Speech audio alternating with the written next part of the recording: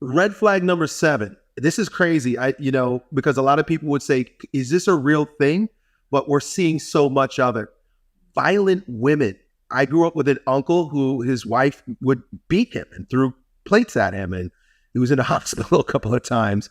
And now you're seeing like YouTube videos where these women, they believe it's their right. I think it seems almost like there should be no consequence for their attacking men. And I think a lot of it comes from, I started watching a couple of movies this year.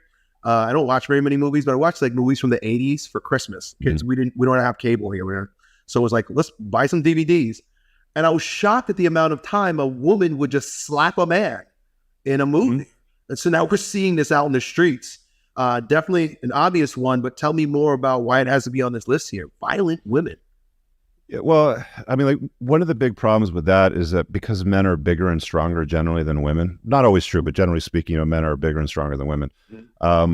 When you have a domestic violence call to the authorities and the police come to your house, it's generally you as a man that's going to get pulled away in handcuffs if there's been any physical altercation.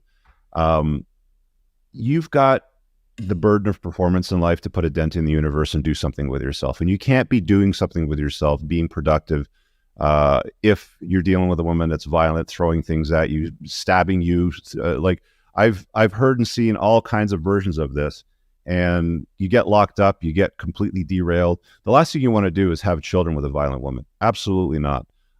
It is one of the biggest. In fact, if I had to pick one of the biggest red flags out of a list of 20, I would say violent women's probably the number one.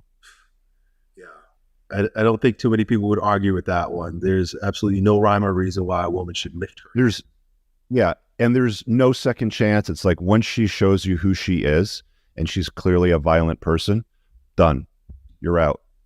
That's it.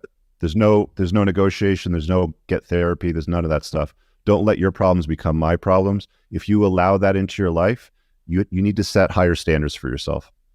Yeah, I agree.